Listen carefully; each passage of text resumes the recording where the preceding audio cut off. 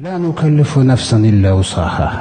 жанға дейді. Мен қараңыз, Алла Тағаланың әділетсіздік жасамайтындығының жаңағы бір көріністерінің бірі, әрбір жанға шамасы келетін нәрсені ғана жүктеймін дейді. Қараңыз, шамасы келетін нәрсені ғана жүктеймін дейді. Мына шама деген нәрсенің өзін имам Абу Ханифа түсіндіреді. Иститоға деп аталады арабша. Шама келу адамның. Мысалы, сізге бір шама беріледі, сосын уақыт беріледі. Сосын сізге екі нәрсе көрсетіледі. Мынау бойұсыну, мынау күнә. Сонда айтады: «Иннал иститоата аллати яъмалу бихал абду ал-махсията». Адам жаңағы күнәні жасауға жеткен шамасы дейді. Қараңыз, бір күнәға 30 минут уақыт кетті, сосын шама жетті соған. Сол шама дейді, осы шаманың өзін беғайнихе деп айтады. Осы шаманы негізінде бұл адам бойұсынуға қарай салу керек болған дейді. Сол бойұсынуға қарай салмай, күнәға қарай салған үшін жаза тартады дейді. Бізде қазір қарапайым нәрсені алайық, 30 минут сізге Құран оқуға болатын еді, бірақ сіз 30 минут Samsung оқыдыңыз.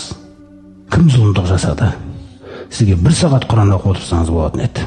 Сіз 1 сағат кино көрдіңіз. Не тердіңіз 1 сағатта? Кім зұлымдық жасады?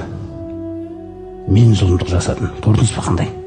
Инни заламту нафси зулман касира деп айтылады. Сол дұғада пайғамбарымыз үйреткен: «Я Раббым, мен өзіме көп зұлымдық жасап жатырмын мен. Көп зұлымдық жасап қойдым өте. Сенен басқа ешкім кешірмейтін ан» деп.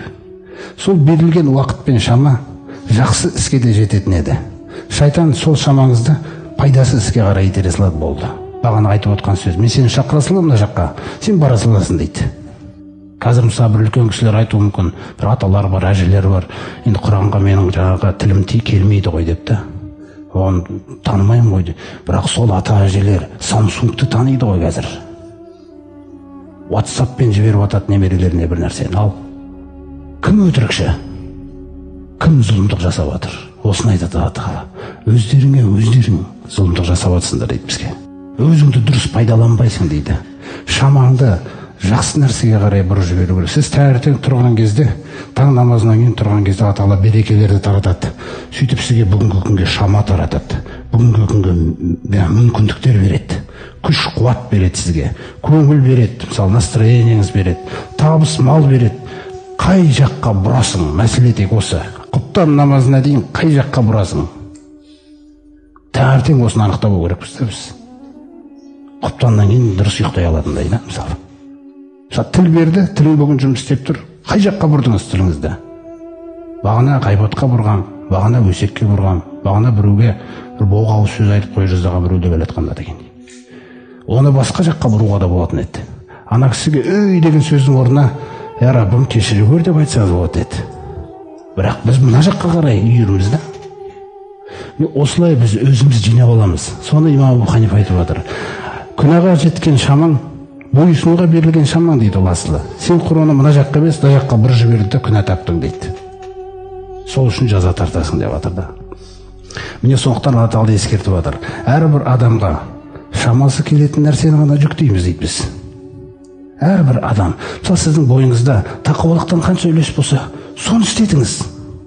Міне, сіздің бойыңызда қандай бір білім болса, соны істетіңіз. Артық сұрамайды сізден Алла Тағала.